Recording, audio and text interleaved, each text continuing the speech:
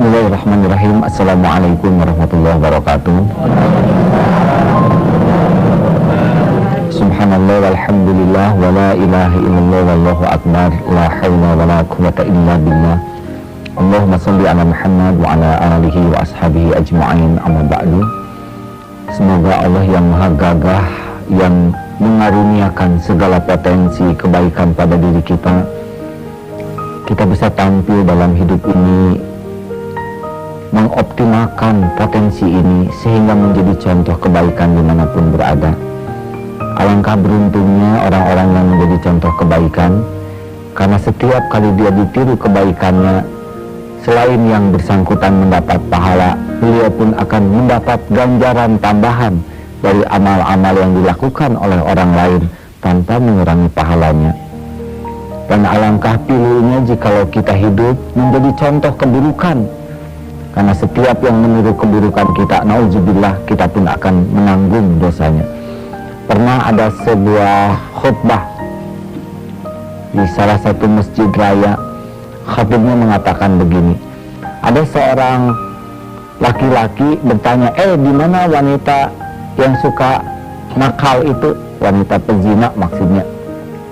Dia mengatakan, tuh, dia tunjuk ke sebuah tempat. Lalu laki-laki ini pergi dan berbuat nakal di sana. Maka dia memikul dosa karena dia sudah menunjukkan jalan kemaksiatan. Ternyata tidak berhenti di sana. Dia pun pulang, dia menyebarkan kepada yang lainnya. Tuh, di sana ada tempat titik-titik, akhirnya berbondong-bondong ke sana. Setiap orang berbuat maksiat di sana, itu dosanya dipikul juga oleh orang yang mengatakan, tuh, yang menunjukkan keburukan. Demi keadilan Allah yang maha agung, berbahagialah orang yang bisa menjadi contoh-contoh kebaikan. Rasulullah sallallahu alaihi wasallam, laqad kana lakum fi Rasulillah uswatun hasanah, contoh kebaikan. Sehingga kita bisa seperti ini saat ini adalah meniru contoh Rasulullah yang budiman. Maka alangkah indahnya jikalau hidup kita yang sekali-kalinya ini hadir kebaikan, contoh, sehingga warisan kita termahal dari hidup ini adalah contoh-contoh kebaikan yang bisa kita lakukan. Amin. Namun sebelum kita melanjutkan, kita evaluasi PR kita yang kemarin tentang diam itu emas. Silakan, Ibu punya pengalaman? Saya punya pengalaman ya. Memang kebiasaan kita sering mempergunjingkan orang. Saya pernah didatangi ya, bahkan sering ada kawan si A begini. Dalam hati saya, nah ini setan yang udah masuk nih. Wah, siapa maksudnya setan? Pembicaraan itu. Oh iya. Pembicaraan itu pasti ini pembicaraan setan. Setiap yang sudah mempergunjingkan orang lain ini pembicaraan setan, bukan pembicaraan manusia yang sejati ya. Nah, jadi saya pikir bagaimana nih menyelamatkan orang ini supaya berhenti dari pergunjingan ini. Saya dengarkan bicaranya kira-kira ya 1 menit 2 menit, saya diam sampai dia berhenti, ya saya diam gitu. Jadi ternyata diam, akhirnya ya diam, hilang gitu. Akhirnya beralih ke pembicaraan lain. Artinya dengan diam aktif kita pun membantu orang lain lebih terkendali gitu ya. Iya. Ya, mudah-mudahan nanti hati kita juga lebih terjaga. Jangan-jangan setan lagi ngomong. Nah, ini juga hati-hati ya. Baik. Terima kasih Ibu ya. Ada? Ya, silakan. Pengalaman. Ya, jadi gini saya kan ingin menerapkan yang bilang itu. Saya sering banyak sekali memberi komentar, kadang-kadang yang tidak perlu, seperti celetuk-celetuk gitu. Kemudian saya ingin sekali menjaga lisan.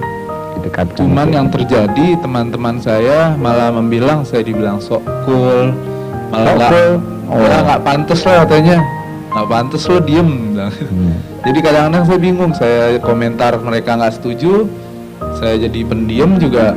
Mereka malah berkomentar tentang ya, itu bagaimana? Ini hal yang sangat lumrah, sesuatu yang baru, aneh ya. Juga dulu begitu, disangka frustasi malah ya. Asalnya ke masjidnya jarang-jarang, tiba-tiba jadi rajin ke masjid, disangka stres ya. Ini sebuah proses. Ibu-ibu asalnya belum pakai jilbab, tiba-tiba pakai jilbab, wah disangka Bu Haji kajajaden katanya begitu ya. Mungkin ada yang kurang paham, tidak apa-apa ya. Sabar saja, lambat laun ketika mereka melihat diam kita ternyata lebih bermanfaat, itu akan jadi kebaikan. Baik, saya kira para pemirsa pun punya pengalaman tersendiri ya, bahwa diam itu lebih tenang, lebih jernih, lebih hikmah. Pemimpin memimpin, pengikut mengikuti, itu rumus. Jadi pemimpin yang punya kemampuan memimpin dengan baik, pengikutnya juga akan mengikuti dengan baik. Karena seperti kepala ulat, dia pergi ke sini, ekornya ikut. Jadi kalau kita menginginkan adanya perubahan pada lingkungan kita, pertanyaannya adalah apa yang berubah pada diri ini? Ibu ingin anak-anak soleh, maka tidak bisa dituntut sebelum menuntut dirinya soleh. Ingin anak-anak lembut, pertanyaannya, sudahkah kelembutan itu ada pada diri kita? Jangan sampai kita menyuruh orang lembut, kalian harus lembut tahu. Yang dicontohkan kasar. Maaf kalau tidak salah, dulu ada penataran-penataran. Insya Allah saya waktu itu yakin penataran ini akan gagal. Kenapa? Karena sulit cari contohnya. Misalkan dalam penataran mengencangkan ikat pinggang, sedang yang menatap tidak pakai ikat pinggang, misalkan begitu. Berapapun biaya untuk penataran, kalau tidak ada contohnya atau contohnya sebaliknya, itu cenderung gagal penataran itu. Suruh disiplin, kalian harus datang jam 7:30 tepat, dan beliau berkata tepat jam 10, ya, karena terlambat. Ini tidak akan mantap. Maka selalu yang menjadi buah pikiran kita, pemimpin dalam skala apapun, seperti yang diungkapkan Rasulullah, itu menjadi suri tauladan terlebih dahulu. Maaf, kelihatannya bangsa kita babak belur begini. Krisis yang paling berbahaya bagi bangsa ini adalah krisis suri tauladan. Sekarang masyarakat mau niru siapa? Inilah kelemahan terbesar bangsa kita. Susah cari contoh. Yang ditiru oleh anak-anak di TV di mana, kan kadang-kadang bukan yang paling pas untuk kehidupan kita. Enaknya jadi contoh, Bu, kalau kita jadi contoh ya, kita akan hemat bicara. Yang kedua, contoh itu lebih konkret daripada kata-kata. Kalau kata-kata bisa direkayasa, giliran tidak cocok, ada dalilnya. Kabura maqtan 'indallah an taqulu ma la taf'alun. Amat besar kemurkaan di sisi Allah bagi orang yang berkata-kata apa yang tidak diperbuatnya. Tapi kalau kita berbuat apa yang tidak dikatakan, itu lebih baik. Ya, kita nyapu, tidak nyebut nyapu, sudah bersih. Kita nyebut kebersihan sebagian dari iman. Kamar mandi kotor, karpet di masjid bisa bikin asma kumat.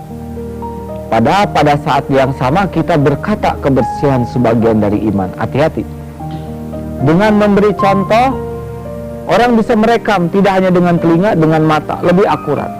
Apalagi kalau contohnya sudah menjiwai, itu lebih menghujam kepada yang memberi contoh. Dan dia kata, kalau ibu ingin ada perubahan dan bapak ingin ada perubahan di rumah, pertanyaannya adalah, saya memberi contoh apa? Bagaimana mungkin murid tidak merokok kalau gurunya merokok? Ya, maaf kepada Pak Guru, ini damai ya. Tapi bagaimana murid ganja asalnya rokok, rokoknya Pak Gurunya merokok. Saya setuju dengan peraturan yang radius 200 meter jangan merokok. Kasihan contoh yang kurang baik. Nah ibu bapak, tapi memberi contoh itu tidak mudah. Ada syaratnya. Syarat pertama memberi contoh itu adalah harus yakin bahwa yang kita contohkan itu kebenaran. Jangan sampai bapak nih kalau ada anak nih begitu, kamu harus jadi pemberani sejati, pukul jidatnya. Dia memang memberi contoh, diikuti anaknya tapi keburukan. Maka pemberi contoh yang baik harus belajar selalu. ilmunya jelas. Al-Quran, sunnah, ngaji sana, ngaji sini, dengar. Karena makin jelas ilmunya, kita yakin yang kita contohkan itu kebaikan. Jangan sampai kita jadi contoh keburukan. Yang kedua, memberi contoh itu akan kuat kalau contoh itu bagian dari dirinya. Jadi amalkan dulu, Bu. Misalkan kita mau memberikan nasihat dan contoh tentang kebersihan. Kita gosek kamar mandi sampai bersih itu nikmat, sampai lihat cermin itu bersih itu nikmat. Karena enggak bisa kita mengatakan sesuatu yang kita sendiri belum menjiwai. Nanti itu omongnya tuh hampa, tidak ada ruhnya. Saudara sekalian, kita harus bertakwa kepada Tuhan Yang Maha Esa. Itu hampa, karena dia sendiri belum mengerti yang namanya takwa itu apa, dan belum menjiwai ketakwaan itu. Jadi nggak usah kita banyak bicara, sederhana saja.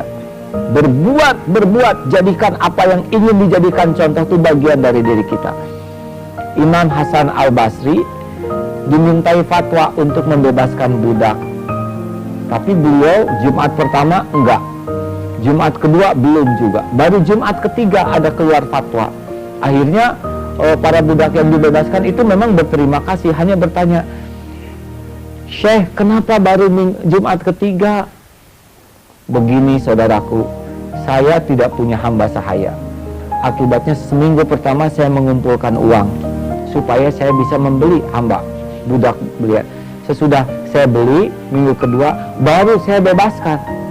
Barulah saya berani memfatwakan, karena saya sudah mengamalkannya. Jadi beda ruhnya. Makanya nyuruh hemat, kalau yang nyuruhnya tidak hemat tidak bisa. Yang ketiga, syarat menjadi suri toladan adalah selain dia mengamalkan, dia harus siap dengan sabar pangkat 3 atau pangkat berapa saja ya. Mengapa? Karena dalam memberi contoh tuh orang tuh bisa ikut, itu butuh proses. Baru kita ngasih contoh seminggu nggak diikut, ya sudahlah, gagal semuanya, dia tidak sabar. Pernah ada seorang suami, katanya istrinya tuh pemalas sekali, konsultasi kepada ulama. Yai, bagaimana nih istri saya itu pemalas? Kata, beri contoh. Akhirnya dia bangun jam 3, langsung tahajud, udah tahajud minum air, beres nanak nasi, wah, di rumah disapu, bikin kopi, mah sudah siap. Kata istrinya teh, tuh anak-anak, si bapak sekarang udah sembuh, karena begitu. Tentu saja kita harus siap dengan proses, ya, memberi contoh anak. Kadang hari ini ikut, besok tidak. Kalau kita tidak sabar, tidak jadi juga. Maka siapapun yang mau menjadi pemimpin, syarat intinya harus sabar. Sabar, siap dikecewakan, siap untuk diingkari, siap dikhianati. Kalau dia sudah siap, daya tahan dia inilah yang akan membuat suri toladannya punya kekuatan. Yang keempat, harus ikhlas. Nggak boleh kita memberi contoh karena ada udang di balik batu, atau yang jelasnya badak di balik kerikil, begitulah ini. Jadi jelas sekali. Dia memberi contoh tapi ada sesuatu di belakangnya. Ya, ingin berupa pujian, ingin berupa imbalan. Kalau contohnya itu tidak dari dalam, itu dampaknya juga nggak dalam. Kita memberi contoh karena kita rindu orang menjadi baik. Kita memberi contoh karena rindu orang jadi mulia. Kita memberi contoh karena rindu orang lain selamat.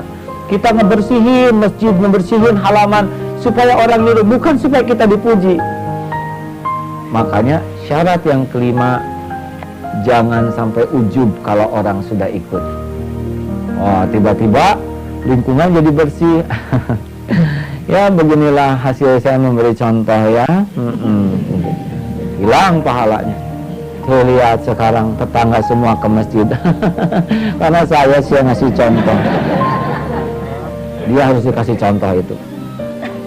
Baik, bab contoh ini ya, suri toladan. Kepada ibu, bapak, ada yang akan menambahkan, bertanya, acungkan tangan, silakan. Acungkan tangannya boleh? Ya, boleh ibu sedikit. Ya. Gini, ada satu keluarga dalam menjalankan perintah agama, suami dan suami istrinya dan ya. istri itu belum kompak sehingga membuat anak-anaknya bingung. Kalau si ibunya sudah menjalankan bisa menjadi panutan atau contoh, tapi sementara ayahnya belum. Nah ini membuat anaknya bingung. Kira-kira jalan keluarnya gimana, sehingga Baik. orang tua ini menjadi kompak dalam menjalankan perintah agama. Baik. Memang pengennya sih ideal ya, serumah tuh suami istri kompak, anak-anak soleh, mertua juga ideal ya. Tapi kenyataan kita harus siap bahwa tidak selalu ada yang istrinya soleha, suaminya jangan nyebut Fir'aun ya, belum soleh ya. Kalau nyebut Fir'aun itu seperti vonis ya, tapi kalau belum soleh ada harapan.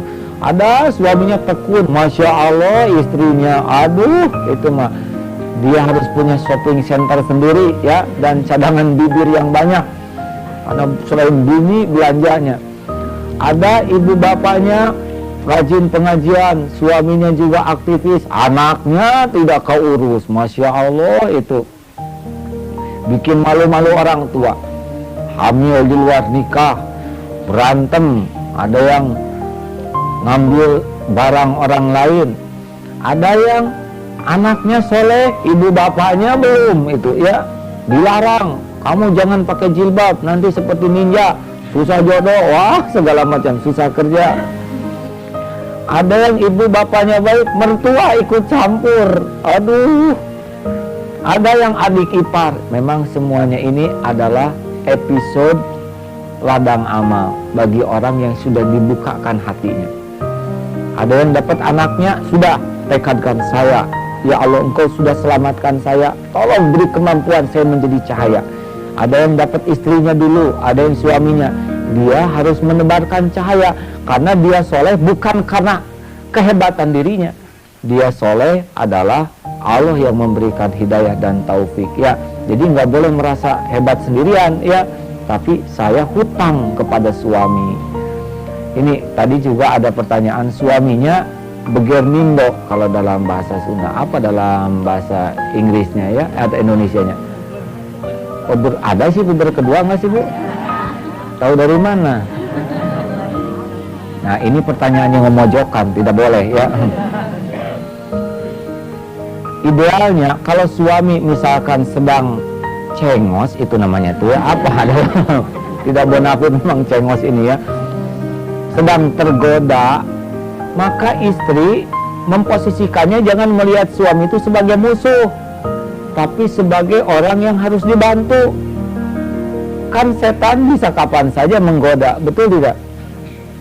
Cepat sang istri evaluasi diri, aduh saya tuh mungkin kurang, apa yang kurang, ya enggak?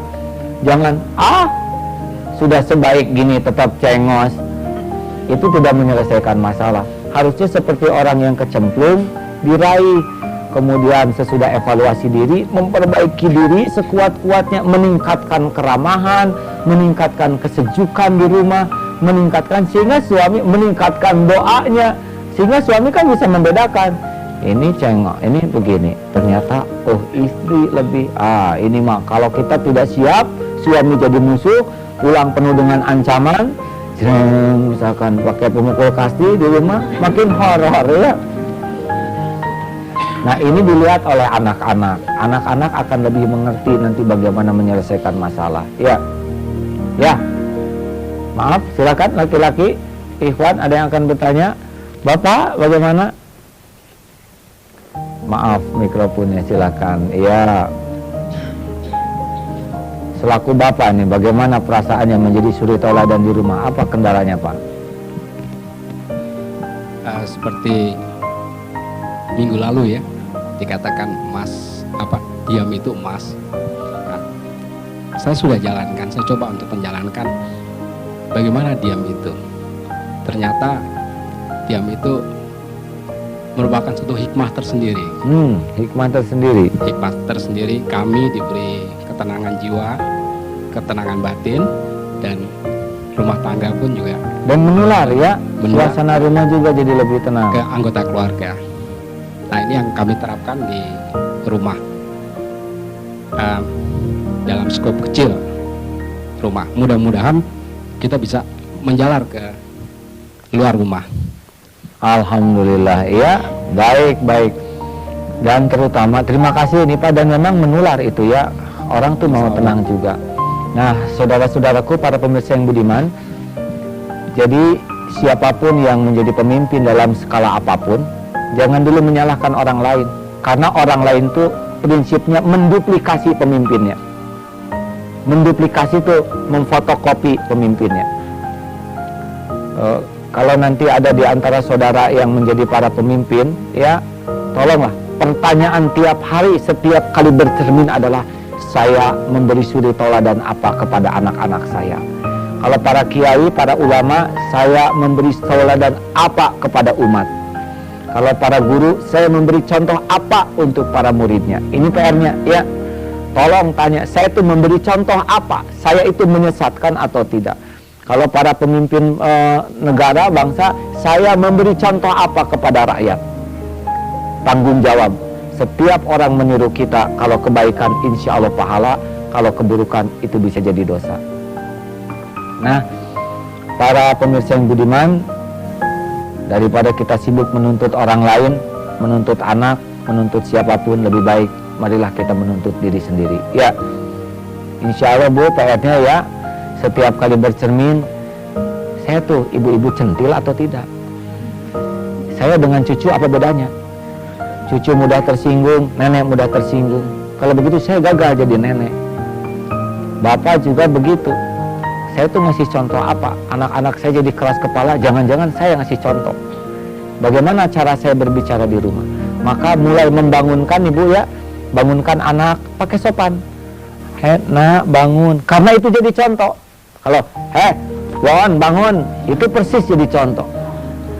Kalau mau nyuruh, bibi mau maaf, tolong ambilkan minum ibu. Itu jadi contoh untuk anak-anak. Oh begitu cara nyuruh. Ya. Kalau kita akan ke kamar mandi, jangan, dor, buka. Ini contoh. Tok, maaf, saya. Oh kita mengerti ya. Dari nada suara, ya silakan. Maaf, selalu jadi contoh. Cara menyapa, para suami sebaiknya memanggil istri pakai panggilan terbaik. Mama sayang, nggak apa-apa. Jangan sampai, betekok sini. Nah. Mungkin para pemirsa yang di luar daerah Sunda kurang paham, maaf ya. Sekedar menambah wawasan. Ada suami istri yang begitu indah, walaupun sudah tua Bu. Ketika nelpon suaminya, Bapak Kasep, kalau kita mah cakep gitu ya. Apa mama cantik? Aduh, ini indah. Padahal usianya 60 ke atas. Ya siapa lagi yang nyebut kalau bukan suaminya, ya. Ibu, bapak, mau apalah, hidup cuman sekali sebentar kalau kita tidak hadir dengan kebaikan. Ingat, warisan terbesar kita untuk anak-anak kita bukan harta, tapi keindahan pribadi kita. Biarlah wajah semakin tua, semakin keriput, tapi kesejukan wajah, kebeningan hati menjadi warisan termahal. Allahumma sholli ala Muhammad wa ala alihi wa ashabihi ajma'in. Wahai Allah yang Maha Agung, karuniakanlah kepada kami keindahan akhlak ya Allah, kelembutan hati, kesejukan kalbu. Pancarkan dari diri kami keindahan agama-Mu ya Allah. Pancarkan dari pribadi kami keagungan agama-Mu. Jadikan kehadiran kami dimanapun menjadi cahaya bagi umat-Mu ya Allah. Jadikan kehadiran kami dimanapun menjadi penyejuk bagi umat-Mu, menjadi penggelora semangat bagi hamba-hamba-Mu. Ya Allah, hadirkan kebaikan dimanapun kami berada. Cegahlah kami dari segala godaan yang menggelincirkan. Lindungilah kami dari tipu daya setan yang menyesatkan. Lindungi kami dari segala sifat munafik ya Allah. Lindungi kami dari segala kemusyrikan, dan lindungi kami dari perbuatan apapun yang akan menjadi contoh buruk bagi umat-Mu. Ya Allah, Engkau adalah tujuan kami. Engkau adalah tumpuan harapan kami. Engkau adalah buah hati kami. Karuniakan kepada kami kesempatan memperbaiki diri ya Allah. Rabbana atina fid dunya hasanah wa fil akhirati hasanah wa qina azabannar. Ya Allah, karuniakan kepada kami para pemimpin yang dapat menjadi contoh kebaikan bagi kami, contoh kemuliaan bagi kami. Amin ya Allah ya Rabbal Alamin.